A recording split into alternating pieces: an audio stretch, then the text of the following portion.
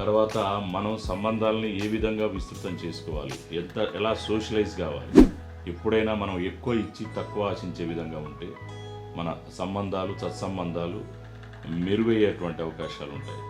So మనం ఖచ్చితంగా మన జీవితంలో ఇప్పుడు సమాజంలో మనం మనుగడ సాగించాలంటే మంచి సత్సంబంధాలు, ఒక స్నేహపూరితమైనటువంటి, ప్రేమపూరితమైనటువంటి సంబంధాలని మనం కొనసాగించే విధంగా మన జీవితాన్ని మనం రూపొందించుకున్నట్లయితే ఆ విధంగా మనం గుర్తింపు పొందేటువంటి అవకాశాలు ఉంటాయి.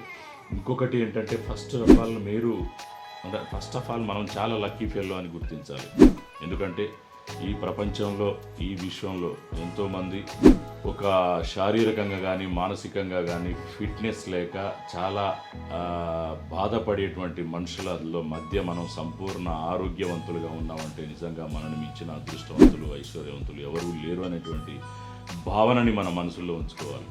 ఎందుకంటే మనం ఎంత అదృష్టవంతులము అనేటువంటి దానికి మనం చేసే వృత్తి, పని పర్ఫెక్ట్గా ఇంత పర్ఫెక్ట్గా మనకు ఆరోగ్యం ఇచ్చినటువంటి భగవంతుడికి కృతజ్ఞతగా ఉండి మనం చేసే పనిలో ఎలా ఉండాలంటే 100% ఎఫర్ట్ ఇచ్చి, అరే ఈ పని ఇంకెవరు ఈ విధంగా చేయలేరు అనే విధంగా చేయగలగాలి.